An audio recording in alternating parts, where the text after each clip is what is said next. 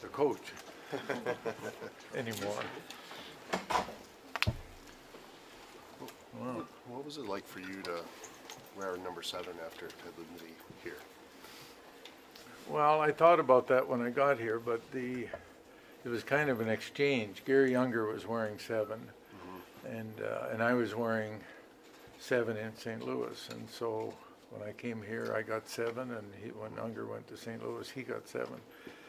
But Ted Lindsay was always around in those days, and those weren't the brightest days in Detroit, and yet he was always supportive of the players and the team. We had a lot in common, more than just number 7.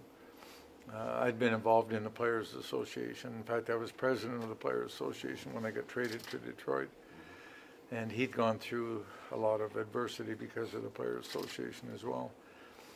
But he was just, we always hit it off. He was, I wanted to get his autograph the first time I met him, and because I'd read about him before I ever came to Michigan, and so he was already a hockey all-star, and then I learned so much more about him as a person and as a player. But everyone talked about how good he was as a player and how good he was as a person. But he was so respectful, and I ran into him at more hockey banquets and charity events and things that you didn't really have to go to. He would go to just about anyone he was asked to go to. It might have been a single team of women's hockey. They're starting to get women's hockey going around Michigan, and Ted Lindsay was the first guy to stand up and say that's the right thing to do. So he was terrific, and he was always respectful. I wanted to say last night, I was interviewed between periods, and I wanted to say, and I didn't know if I should, but Ted Lindsay, if he were at this event, he would wear a shirt and tie, because out of respect for why he's here. And I just talked to his daughter, and she said, we used to say our dad would wear a shirt and tie to the bathroom if he thought it was important enough, but he was that way. And anyway, he was just one of those people that you would never know that he was the giant of a player when you met him off the ice. Did you ever get a chance to play against him when you were in Montreal? Just 1 year, yeah. The year he came back out of retirement was about 64, 65. Yeah, 64, 65. So I was in Montreal then. I played against him 1 year. But I'd known him, and then, and if you can correct me, he was traded to Chicago. That was in 57. 57, yeah. I got to Michigan in 58. So when I practiced with the Red Wings, when they would come over and practice in Ann Arbor, and Jack Adams would let me practice, I was going to school in Michigan. And so I was playing, and I told the story about they just put Red Kelly on left wing. There was some adversity going on in the team, and Red Kelly had been an all-star defenseman. And they put him on left wing, and so they put me at center with Red Kelly, and we're doing line rushes. And of course, they had Howe, but they didn't have Lindsay anymore. They had Del Vecchio, and Abel was the coach. But I remember we made this line rush, and geez, I got to pass the puck to Red Kelly like he's a god, And I passed the puck to Red Kelly, and then I watched, made sure I had a good pass, and all of a sudden, I was going up. I went ass over tea kettle, if you would. Marcel Pronovo saw me coming. He was going to get this young kid, and when the minute I had my head down, he got me, and they laughed, and I'll never forget that.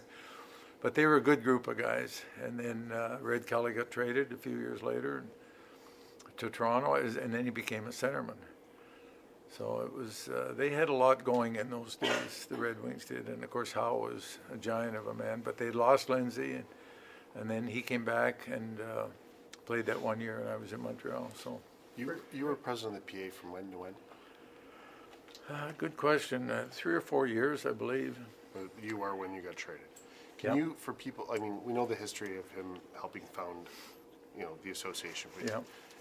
could you express what he meant to players then and what he did for players and how he changed the game, not just what he did on the ice, but what he did off the ice? Well, I think the Players Association, he just felt that the players were mistreated. They could be sent down and traded and so on. There wasn't much structure in the game, and the players didn't have much to stand on. And of course, the salaries. When I came out of Michigan, for example, in 1962, and I was offered a job at U.S. Steel for $6,000 a year, and the minimum in the NHL was $7,000 a year.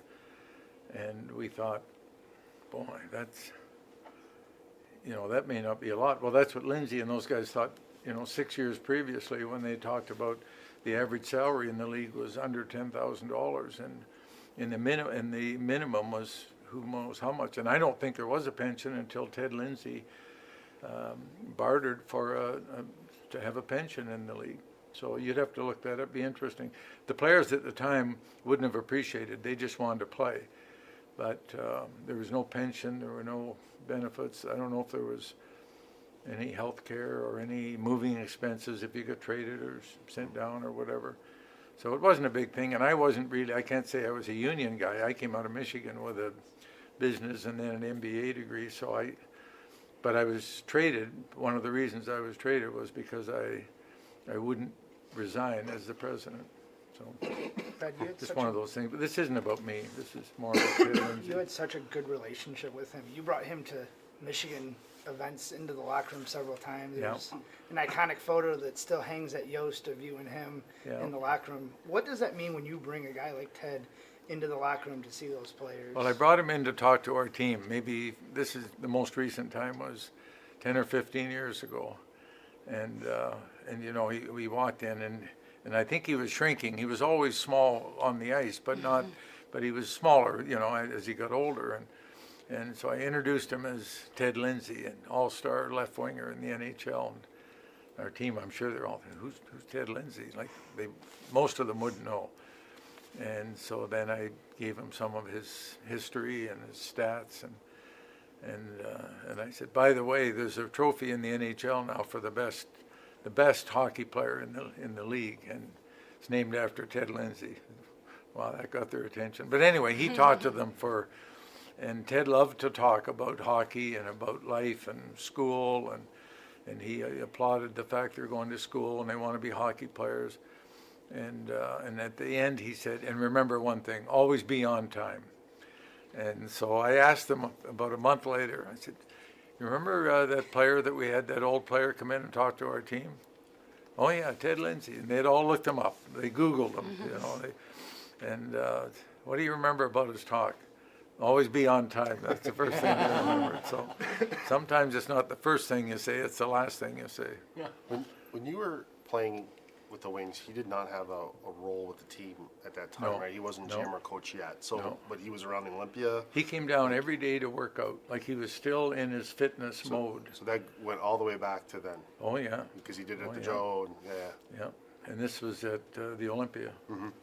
Yeah, and he came down and did it and took his vitamins and rode the bike and lifted weights, and he interacted with the players and whoever was the coach in a nice way. Like he had a nice, comfortable role in the organization without being official.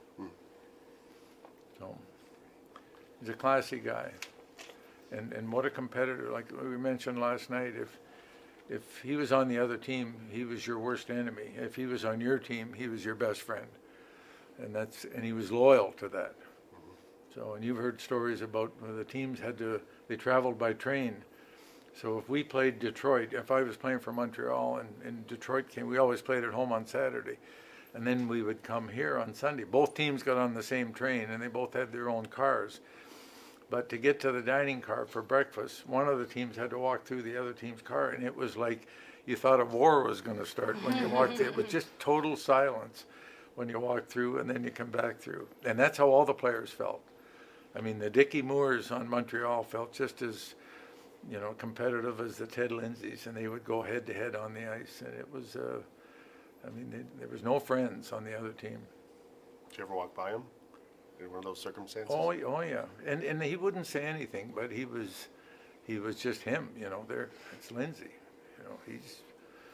He didn't have a stick in his hand, but he didn't make it. There was no friends. There was no courtesies, and there might have been some respect, but it was a lot of competitive rivalries in those. And that was the old six. And think about it, we played each other 14 times. So 7 at home and 7 on the road with 6 teams, and you played 70 games. So you had 5 opponents 14 times.